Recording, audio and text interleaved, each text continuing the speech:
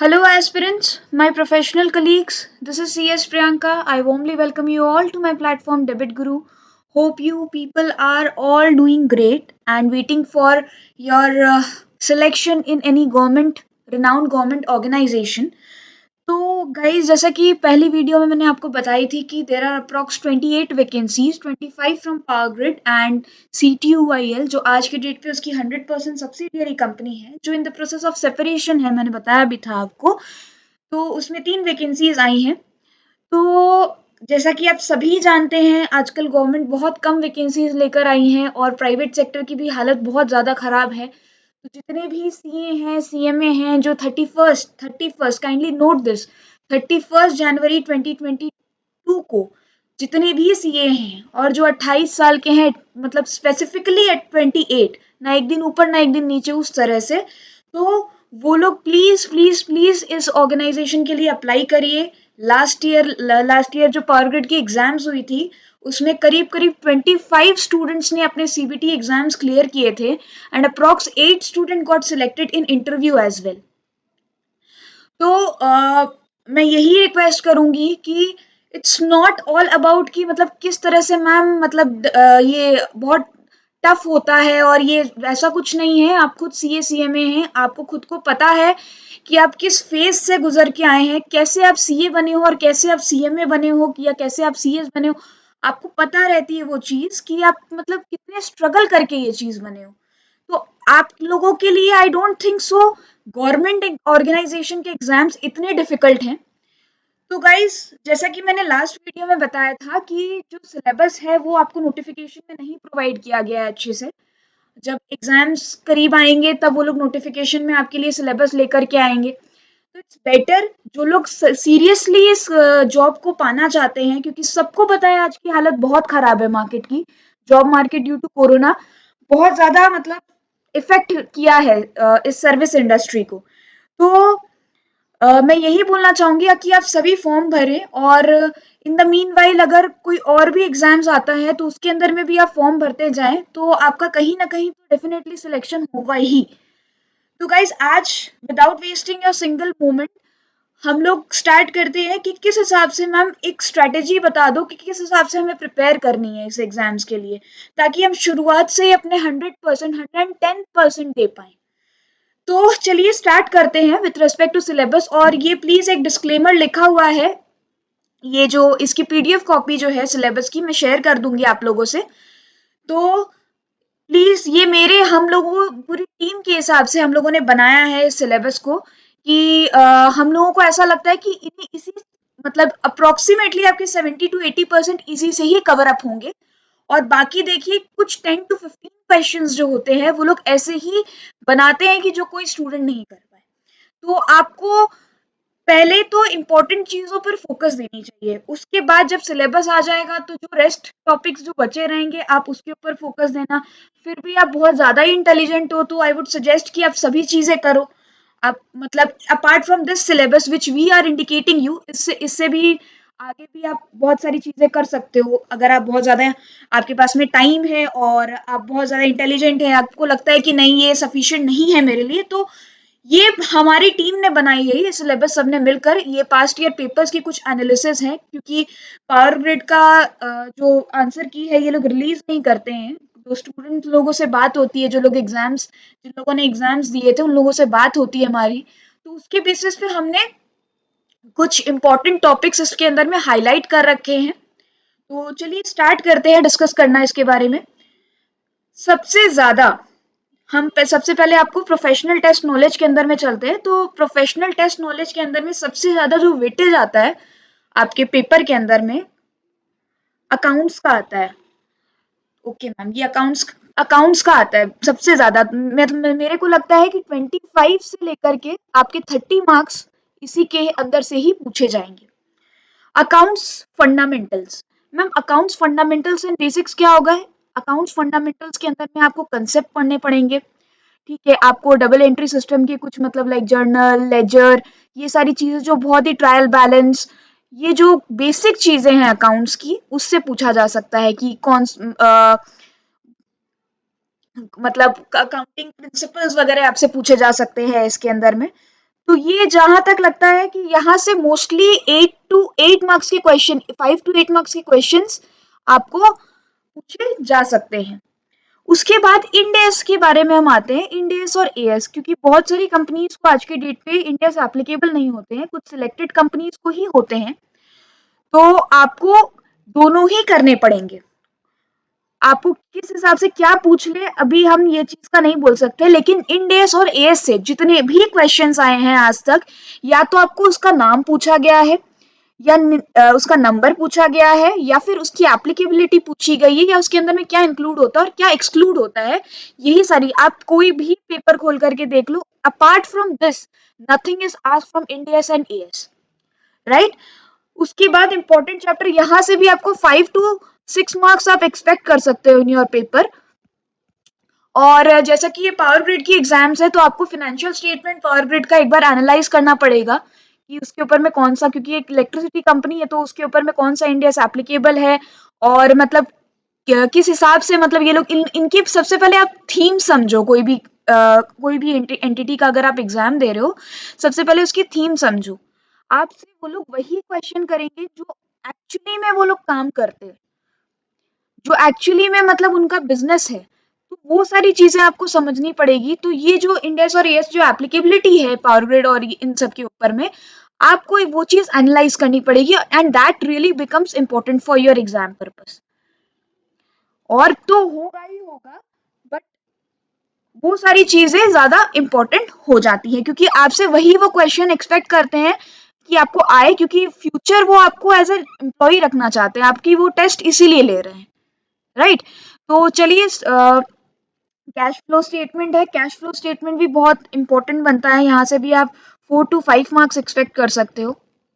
मतलब ratio analysis भी आपसे कुछ फॉर्मूलेस पूछ लिए जाएंगे, सिंपल सा, अगर आपको मतलब लाइक एक न्यूमेरिकल दे देगा जो आपकी, मतलब आपको उसके लिए कैलकुलेटर की जरूरत नहीं पड़ेगी, इतना सिंपल रहेगा वो कैलकुलेशन। फाइनल अकाउंट्स यानी पीएल बैलेंस शीट, इसकी जो आइटम्स है, थ्योरेटिकल पोर्शन बहुत ज्यादा पूछी जाती है इस चैप्टर से, कि करंट असेट के अंदर में क्या आता है, कौन सी हेडिंग के अंदर में क्या आता है, तो शेड्यूल 3 आपको मतलब जानना पड़ेगा इसके अंदर में। पार्टनरशिप अकाउंट्स, इसमें बहुत ही सिंपल सिंपल न्यूमेरिकल क्वेश्चंस करे जाते हैं, और एंट्री, जर्नल एंट्री से भी क्वेश्चंस कई बार पूछे जा सकते हैं। कंपनीज अकाउंट्स में आपको या तो सिंपल कैलकुलेशन वही रहेगा, सिंपल कैलकुलेशन या जर्नल एंट्री से ही क्वेश्चन पूछे जाएंगे। उसके बाद हम कॉस्टिंग में आते हैं। कॉस्टिंग में आप एक्सपेक्ट कर सकते हो 15 टू 20 मार्क्स, ठीक है। और ये ब्रेक इवन पॉइंट से क्वेश्चन, बहुत जो ज्यादातर क्वेश्चंस आते हैं वही मैंने इस सिलेबस के अंदर में मेंशन किया है, तो आप काइंडली इस चीज को नोट कर लीजिए। बजटरी कंट्रोल से ये यहाँ से सिर्फ थ्योरेटिकल क्वेश्चंस पूछे जाएंगे आपसे, सिर्फ यहाँ से थ्योरीज ही पूछी जाती हैं, क्योंकि ये एक बहुत ही वास्ट चैप्टर रहता है। मटेरियल लेबर ओवरहेड, यहाँ से आपको न्यूमेरिकल्स आप एक्सपेक्ट कर सकते हो, यहाँ से बहुत न्यूमेरिकल आपको पूछे जाएंगे, वो भी बहुत ही सिंपल टाइप के न्यूमेरिकल्स पूछे जाएंगे, right. Marginal costing and standard costing से भी आप न्यूमेरिकल्स एक्सपेक्ट कर सकते हो। उसके बाद कॉस्टिंग स्टैंडर्ड के बारे में आते हैं। कॉस्टिंग स्टैंडर्ड का भी वही है, नेम, नंबर एंड एप्लीकेबिलिटी, इन सबसे ही क्वेश्चन। तो आपको सबसे पहले तो पीएसयू की अगर आप तैयारी कर रहे हो, तो आपको सबसे पहले ये जानना पड़ेगा कि थीम क्या है इसकी, तो उसी थीम के बेसिस पे हमने ये सिलेबस को प्रिपेयर किया है। ये है कंपनीज अकाउंट, ये ऊपर का आ गया है, ये चीज यहाँ पे नहीं आना चाहिए, ये अकाउंट्स पोर्शन का है, ओके। तो फाइनेंशियल मैनेजमेंट में चलते हैं, यहाँ पे भी आप 15 टू 20 मार्क्स एक्सपेक्ट कर सकते हो। कॉस्ट ऑफ कैपिटल से अच्छे खासे क्वेश्चंस पूछे जाते हैं, कैपिटल बजटिंग से बहुत ही सिंपल न्यूमेरिकल क्वेश्चंस करे जाएंगे, आपको टाइम वैल्यू ऑफ मनी से भी थ्योरेटिकल क्वेश्चंस करे जाएंगे, डिविडेंड पॉलिसी से आपको जितने भी मॉडल्स हैं उन सब के ऊपर में क्वेश्चंस आ सकते हैं, और वर्किंग कैपिटल मैनेजमेंट से यहाँ पर आपसे पूछे जा सकते हैं आपके न्यूमेरिकल्स। कुछ बेसिक्स ऑफ इन्वेस्टमेंट है, ये सारी चीजें, हर एक चीज की नोट्स विद एमसीक्यूज आपको डेबिट गुरु ऐप पर मिल जाएंगे। हम बहुत ही जल्दी कोशिश कर रहे हैं कि पावर ग्रिड के लिए भी हम लोग एक टेस्ट सीरीज निकालें। जो बच्चे इंटरेस्टेड नहीं है नोट्स वगैरह, उनको वीडियो वगैरह नहीं देखनी है, तो उनके लिए मतलब वो बहुत वैल्यूएबल रह सकती हैं। उसके बाद इन्वेंट्री मैनेजमेंट से भी आपको न्यूमेरिकल या फिर थ्योरेटिकल क्वेश्चन पूछे जा सकते हैं। अब बात आती है लॉ की, तो लॉ लॉ में भी हम लोगों को सबसे पहले थीम समझना पड़ेगा। लॉ में क्या होता है कि अपने को ऑर्गेनाइजेशन बेसिस के ऊपर में अनलेस एंड अनटिल ये मेंशन हो कि आप सेल्स ऑफ गुड्स एक्ट भी पढ़ो, आप ये भी पढ़ो, आप वो भी पढ़ो, आपको हमेशा इंडियन कॉन्ट्रैक्ट एक्ट तो हमेशा हर जगह ही लगता है, हर एक ऑर्गेनाइजेशन में ही लगता है।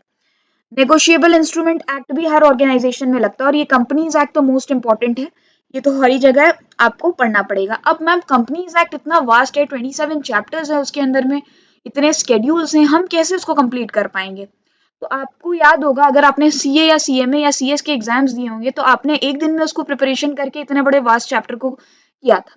बट क्योंकि यहाँ पर बहुत सारे सब्जेक्ट्स रहते हैं जो कि आपको एक दिन के अंदर में अपीयर करने पड़ते हैं, तो इसीलिए कुछ इंपॉर्टेंट जो चैप्टर्स हैं जो ज्यादातर पूछे जाते हैं यहाँ पे कंपनीज एक्ट से हर एग्जाम में, या तो आपको अपॉइंटमेंट से रिलेटेड क्वेश्चन पूछे जाएंगे, या आपको रिमूवल से रिलेटेड क्वेश्चन पूछे जाएंगे, या आपको पावर्स पावर्स रिलेटेड क्वेश्चंस पूछे जाएंगे, चाहे आप सेबी के एग्जाम्स दे रहे हो, किसी रेगुलेटरी बॉडी के एग्जाम्स दे रहे हो, या किसी महारत्न कंपनी या मिनी महारत्न कंपनी के एग्जाम्स दे रहे हो। ये सब ये वाली जो चीजें हैं, इससे आपको ज्यादातर क्वेश्चन पूछे जाते हैं। उसके बाद आपसे टाइम लिमिट का क्वेश्चन पूछता है, टाइम लिमिट के क्वेश्चन ज्यादातर पूछे जाते हैं। उसके बाद आपसे पूछे जाते हैं आपका फॉर्म नंबर्स पूछे जा सकते हैं, कई बार फॉर्म नंबर्स पूछे जाते हैं। उसके बाद आपसे क्या पूछे जाते हैं, उससे उसके बाद आपसे पूछे जाते हैं सेक्शन नंबर्स। ये शेयर कैपिटल या फिर डिबेंचर्स के सेक्शन नंबर पूछे जा सकते हैं, या फिर ऑडिटर का अपॉइंटमेंट कौन से सेक्शन के अंदर में गवर्न करता है, सेक्शन 139 के अंदर में गवर्न करता है। फाइनेंशियल स्टेटमेंट्स के बारे में, कंसोलिडेशन के बारे में कौन से सेक्शन के अंदर में लिखा हुआ है, सेक्शन 129 के अंदर में लिखा हुआ है। उसके बाद आपको क्या करते हैं, सेक्शन दे देते हैं, सेक्शन यहाँ पर सेक्शन के बारे में पूरा लिख देते हैं। उसके बाद पूछते हैं which of the following is correctly, मतलब उसके अंदर में क्या एरर्स है, या फिर क्या कौन सा स्टेटमेंट जो नीचे ऑप्शन के अंदर में दिया हुआ है वो एरर फ्री है। ठीक है, तो ये सारी चीजें मोस्टली आपको पूछी जाती है, टाइम लिमिट से क्वेश्चन पूछे जाते हैं। और एक चीज पूछते हैं, फाइन्स एंड पेनल्टीज, पेनल्टीज वाली चीजें बहुत पूछी जाती है। अक्सर बच्चे यहाँ पर गलती करके आते हैं, तो आपको गलती नहीं करनी है, तो आपको थीम बेसिस के ऊपर में पढ़ाई करनी है, आपको हर एक चीज डेप्थ में जाकर के नहीं पढ़ना। ठीक है, चाहे वो टैक्स हो, चाहे वो लॉ हो, टैक्स लॉ हो या फिर आपका कंपनी लॉ हो या बिजनेस लॉ हो, कोई भी लॉ हो, आपको सबसे ज्यादा क्वेश्चंस आपको सेक्शन नंबर से ही पूछे जाएंगे। या तो आपको पूछ लेंगे कौन से सेक्शन नंबर में गवर्न करता है, या ये पूछे जाएंगे कि सेक्शन नंबर दिस, क्या क्या इसके अंदर में क्या क्या बातें बताई गई है, वो आपको ऑप्शन में आपको करेक्ट आंसर क्लिक करना पड़ेगा। और कितने दिन में अपॉइंटमेंट, ये डेज का यहाँ पर खेला है, और किसके हाथ में पावर्स है, बीओडी के पास में पावर्स है कि शेयर होल्डर्स के पास में पावर्स है, ये सारी चीजें आपको पूछी जाती है। ठीक है मैम। अब कंपनीज एक्ट के अंदर जो इम्पोर्टेंट चैप्टर्स है, अकाउंट्स, अकाउंट्स जो है chapter 9 of the companies act, auditor जो कि चैप्टर 10 है, appointment removal and powers of director chapter 12 है, चैप्टर 11 है एक्चुअली, और बोर्ड मीटिंग्स जो है वो आपका चैप्टर 12 के अंदर में आता है। चैप्टर 13 के अंदर में मैनेजरियल रेम्युनरेशन आता है, और स्केड्यूल 5 से भी जो है आपको नेट प्रॉफिट वगैरह का कैलकुलेशन दिया हुआ है, वहां पर नेट प्रॉफिट का कैलकुलेशन से भी कई बार क्वेश्चन पूछे जाते हैं। ठीक है, उसके बाद डिविडेंड से भी क्वेश्चन पूछे जा सकते हैं, कितने तरह की डिविडेंड होती है, और मतलब आप मतलब डिविडेंड किस तरह किसको देना चाहिए, कौन मतलब किस के बेसिस के ऊपर में जजमेंट होगा, किस शेयर होल्डर को अपने डिविडेंड देंगे, कितना परसेंटेज डिविडेंड दे सकते हैं। ये सारी चीजें क्वेश्चन आपसे पूछे जाते हैं, कि हमने अपने डेबिट गुरु ऐप पे पूरे चैप्टर वाइज एमसीक्यूज फ्रेम कर रखे हैं, और वही चीज अभी हम टैक्स लॉ के लिए भी करने वाले हैं, ताकि जो बच्चे हैं वो आराम से रिवाइज कर पाए, जब वो टेस्ट दे तो वो रिवाइज कर पाए। ठीक है, तो आप देख सकते हो वहां पर। और प्रिलिमिनरी सेक्शंस एंड इनकॉर्पोरेशन से रिलेटेड जो इसमें डेफिनेशंस वगैरह कई बार पूछ लिए जाते हैं, गवर्नमेंट कंपनी क्या होती है, डोरमेंट कंपनी क्या होती है, ये सारी चीजें आपको पूछ ली जाती है। सब्सिडियरी या फिर होल्डिंग कंपनी के बारे में पूछ लेते हैं, या बॉडी कॉर्पोरेट क्या होती है, इस तरह से क्वेश्चंस पूछे जाते हैं। शेयर कैपिटल एंड डिवेंचर से सेबी में तो बहुत क्वेश्चंस पूछे जाते हैं, और बाकी सारे एग्जाम्स में भी पूछे ही जाते हैं। इसके अंदर फॉर्म नंबर्स, और आप इतने प्रोसीड्यूर अब पढ़ने मत जाना, form numbers, time limit, penalties, ये सेक्शन नंबर्स, इन्हीं सारी चीजों से इस पे क्वेश्चन आएंगे। डिविडेंड का मैंने ऊपर लिख ही दिया। उसके बाद आते हैं पीएफ बोनस ग्रेचुइटी से क्वेश्चन पूछे जाते हैं क्योंकि ये हर कंपनी को एप्लीकेबल होता है। और कॉन्स्टिट्यूशनल फंडामेंटल राइट्स, ये आपको होना चाहिए, जो हमारे फंडामेंटल्स राइट हैं उसके बारे में आप कौन सा आर्टिकल नंबर कौन सा क्या बोलता है, फ्रीडम ऑफ स्पीच और ये सारी चीजें आपको जानने की जरूरत है।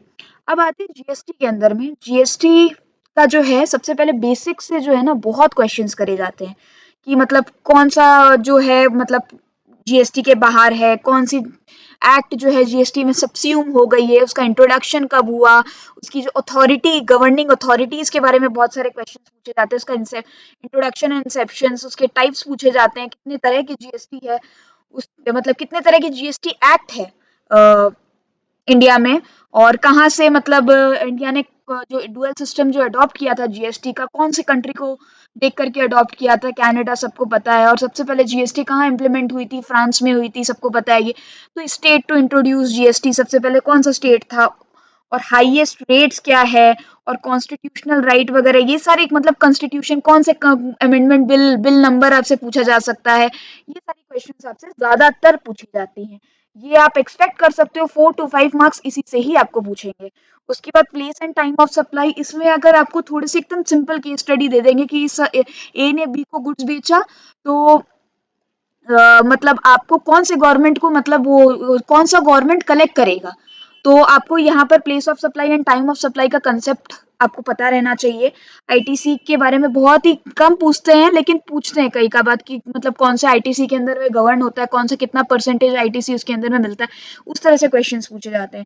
GST returns and due dates, इससे बहुत क्वेश्चन रिटर्न्स के ऊपर में, चाहे इनकम टैक्स हो या फिर आपका जीएसटी हो, रिटर्न्स एंड ड्यू डेट्स के ऊपर में बहुत क्वेश्चंस पूछे जाते हैं।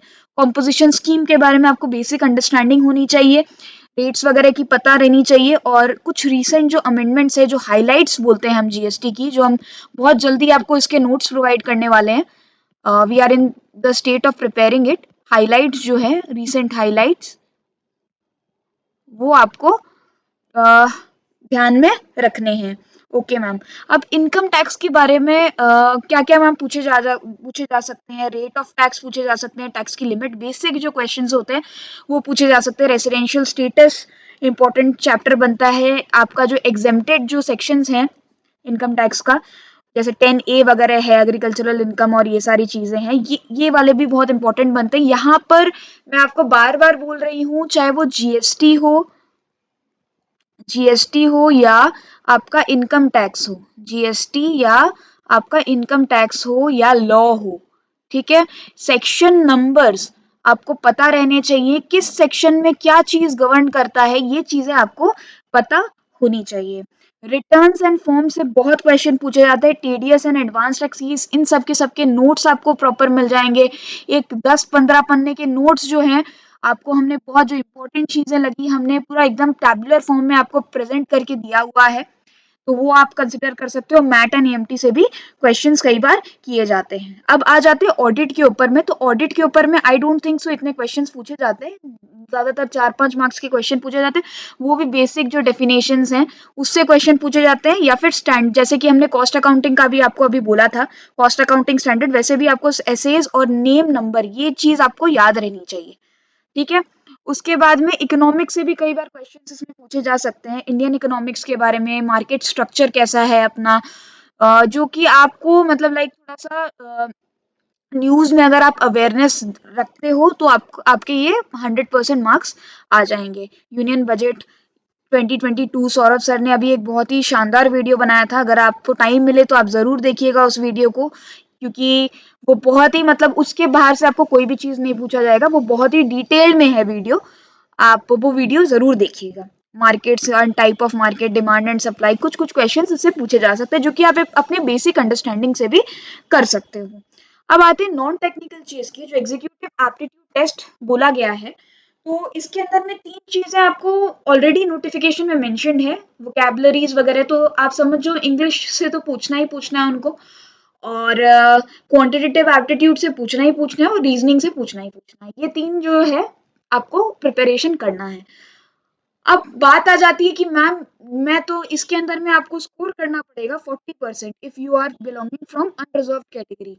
तो 40% स्कोर करने के लिए एटलीस्ट अगर ये 50 मार्क्स का है होगा तो आपको अप्रोक्स 20 मार्क्स इसके अंदर में आपको लाने पड़ेंगे, राइट। तो आपको किस हिसाब से मतलब इसके अंदर में प्रिपरेशन करनी पड़ेगी, क्योंकि हम तो कॉमर्स स्टूडेंट है भाई, हम तो घबरा जाते हैं इन सब चीज़ों से।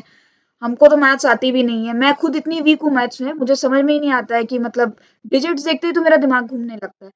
तो अपने को किस हिसाब से प्रिपरेशन करनी चाहिए, वो आपको मैंने मेन मेन चैप्टर्स यहाँ पे लिख दिए हैं। इंग्लिश का चलो यार, हम अच्छे हैं इंग्लिश में तो कोई दिक्कत नहीं आती। अगर आप अच्छे मतलब दिल्ली वगैरह बोर्ड से पढ़ाई करे हो तो आपको वैसे इंग्लिश में वहां पर उस पेपर के जो कैटेगरी हो, अगर आपको आप सीखना भी चाहते हो उस चीज में तो वो पॉसिबल नहीं है, क्योंकि इंग्लिश एक बहुत ही वास्ट सब्जेक्ट है जो कि आपकी बचपन से अच्छी होनी चाहिए, तभी जाकर के आप क्रैक कर सकते हो। तो ज्यादातर जो क्वेश्चंस फिलअप से पूछे जाते हैं वो प्रेपोजिशन एंड कंजंक्शंस, ये मैंने बहुत नोटिस किया है पेपर्स में। कंजंक्शंस एंड प्रेपोजिशन से बहुत क्वेश्चंस पूछे जाते हैं। उसके बाद एरर एंड स्पॉटिंग, आपको एरर स्पॉट करना पड़ता है या फिर एरर फ्री सेंटेंस बताने पड़ते हैं, उस तरह से क्वेश्चंस पूछे जाते हैं। वोकैबुलरीज जो आपके अंदर में ऑलरेडी मेंशन किया गया है नोटिफिकेशन के अंदर में, इससे तो आने ही आने हैं, तो this becomes very important for you. और इन सब चीजों के नोट्स हमने ऑलरेडी प्रोवाइड करा दिया कि क्या क्या चीज पे फोकस करना चाहिए, और इसकी ट्रिक्स भी हमने बता रखे हैं कि मतलब किस हिसाब से आपको क्या चीज में कब मतलब कब क्या चीज, कौन सा वर्ड और कौन सा सेंटेंस कैसे आपने जज करोगे। इस तरह से हमने पूरे एक नोट्स फ्रेम में पूरा बना रखा है उसको। वोकैबुलरीज के भी हमने पूरे ए टू लेकर जेड तक वोकैबुलरीज दे रखे हैं आपको, आप उसको लर्न करिए।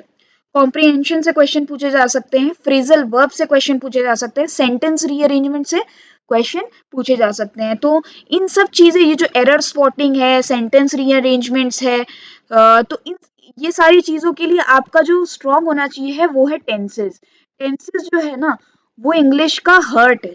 अगर आपकी टेंसेस अच्छी है तो आप कर सकते हो, ये इसके अंदर में कोई दिक्कत नहीं है। अगर ज्यादातर जो क्वेश्चंस फिलअप से पूछे जाते हैं वो प्रपोजिशंस और कंजंक्शन से पूछे जाते हैं, आप खुद नोटिस करके ये चीज आप देख सकते हो।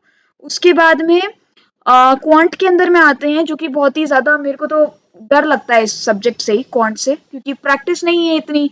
जब तक प्रैक्टिस नहीं होगी तो आपको डर लगेगा ही। तो इसके अंदर में आज भी आपके पास में अभी बहुत टाइम है, तो आप प्रैक्टिस करनी स्टार्ट कर दीजिए। बेसिक कैलकुलेशन से कई बार क्वेश्चन पूछे जा सकते हैं, और नहीं भी पूछे जाए तो ये चीज तो आपको ट्रिक्स याद रखनी चाहिए, क्योंकि कभी भी आपको यूज पड़ सकता है कोई दूसरा सम सॉल्व करने में। अगर आप कंपाउंड इंटरेस्ट का या सिंपल इंटरेस्ट का प्रॉब्लम सॉल्व कर रहे हो तो इसकी ये दोनों की ट्रिक आपको निकालनी आनी चाहिए। हमने ट्रिक नोट्स के अंदर में डाल रखे हैं, आप वो रेफर कर सकते हो।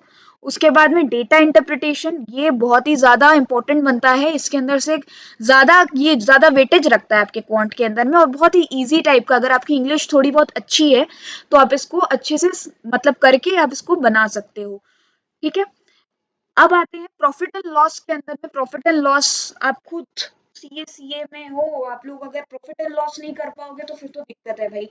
ये तो अकाउंट से रिलेटेड ही चीजें हैं, profit and loss, percentage, ratio, ये सारी चीजें आपको आएगी।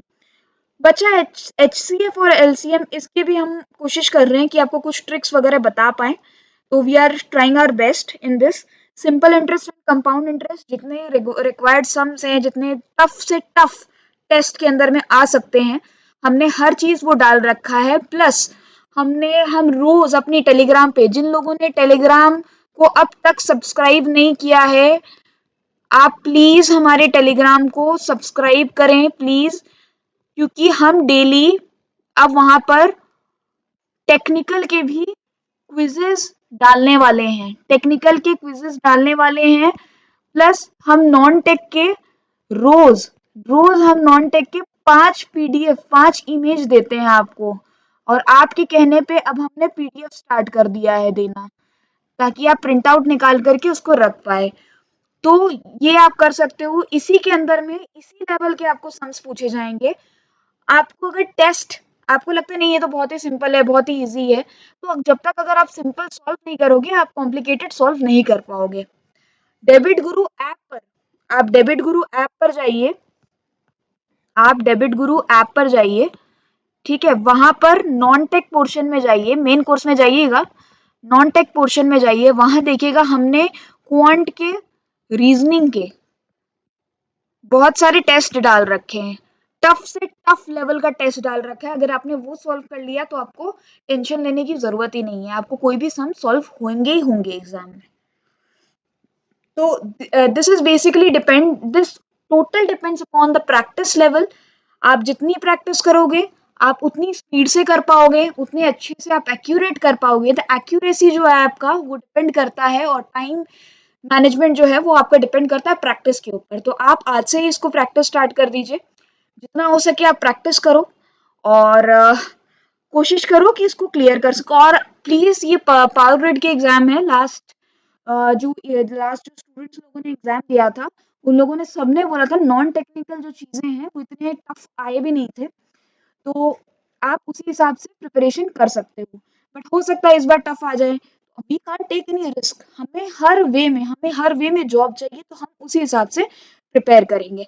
Partnership, problems on edges, time and distance, ये तो बहुत ही थोड़ा सा मतलब कॉम्प्लिकेटेड चैप्टर है, अगर आपको आता है तो आप करो, लेकिन जो इम्पोर्टेंट चैप्टर्स मेरे को लगते हैं आप आप कर सकते हो, जैसे मैं कर सकती हूँ। एक है आपका प्रॉफिट एंड लॉस, एक है आपका परसेंटेज, एक है रेशियो, एक है पार्टनरशिप। ये सब मिक्सचर एलिगेशन तो थोड़ा सा कॉम्प्लिकेटेड हो जाता है, लेकिन फिर भी अगर आप करना चाहो एवरेज एंड डिस्काउंट, ये सब आप कर सकते हो। अब आते हैं रीजनिंग के अंदर में, देखिए डिस्क्लेमर थोड़ा पढ़ लीजिएगा प्लीज। आई होप आप सभी ने पढ़ लिया होगा, ये जस्ट एक इंडिकेटिव लिस्ट है। ये जो शीट है मैं आपको शेयर कर दूंगी, आपको उसमें टेंशन लेने की कोई ज़रूरत नहीं है, बट आप हमारे टेलीग्राम चैनल को सब्सक्राइब करके रखिए। आपका अब जितने भी एग्जाम्स दोगे, जो भी नोटिफिकेशन आते हैं सारे हम उसके ऊपर में ही अपडेट करते हैं, कुछ कुछ चीज़ें हम ऐप पे नहीं डाल पाते हैं। तो जो भी जिन लोगों ने हमें सब्सक्राइब आज की डेट के ऊपर करके रखा है हमारे ऐप पे भी, तो I would request my students even please subscribe us on Telegram so that you get regular updates. फिर आप लोग इंडिविजुअली आकर के पूछते हो कि मैम ये वैकेंसी आई, वो वैकेंसी आई, हम सब चीजें वहां डाल देते हैं सो दैट सबको उस चीज का फायदा मिल सके। We are not at all selfish. तो एनालॉजीज के ऊपर में क्वेश्चंस आते हैं, वर्ड एनालॉजीज, नंबर एनालॉजीज, इन सब के ऊपर में क्वेश्चंस आते हैं। ब्लड रिलेशंस के ऊपर में क्वेश्चंस आते हैं। अब इसमें भी कोई टफ डिफिकल्ट नहीं आएंगे, नॉर्मल क्वेश्चंस आएंगे। सिलॉजिज्म के ऊपर में भी क्वेश्चंस आते हैं, इनइक्वालिटीज के ऊपर में क्वेश्चंस आते हैं। इसकी बहुत ब्यूटीफुल ट्रिक्स हमने दिखा रखी है वहां पे हमारे ऐप पे, अगर आपने नोट्स देखा होगा तो बहुत ब्यूटीफुल ट्रिक है। सिंपल पजल आपसे पूछे जा सकते हैं, अल्फाबेट टेस्ट वगैरह आपको पूछे जा सकते हैं। इसकी भी हमने बहुत अच्छी ट्रिक्स बना रखी है, किस हिसाब से आपको सीटिंग अरेंजमेंट थोड़ा सा डिफिकल्ट, ये दो जो चैप्टर्स है ये थोड़े डिफिकल्ट हो जाते हैं, तो आपको प्रैक्टिस की जरूरत पड़ेगी, ताकि आपको, देखो आप पजल्स और सीटिंग अरेंजमेंट वगैरह सॉल्व कर पाओगे। आपकी इंग्लिश स्ट्रांग होनी चाहिए, प्लस आपकी प्रैक्टिस बहुत अच्छी होनी चाहिए, उसके अंदर में आपकी पकड़ अच्छी होनी चाहिए, तब आप आराम से कर पाओगे, क्योंकि वहां पे सॉल्व सब कर पाते हैं, बट इश्यू क्या हो जाता है, टाइम का इश्यू होता है, राइट। तो आपको उस हिसाब से सोच समझ के करना है। डायरेक्शन एंड डिस्टेंस, ये भी इसी के अंदर में आ जाता, सीटिंग अरेंजमेंट के अंदर में ही।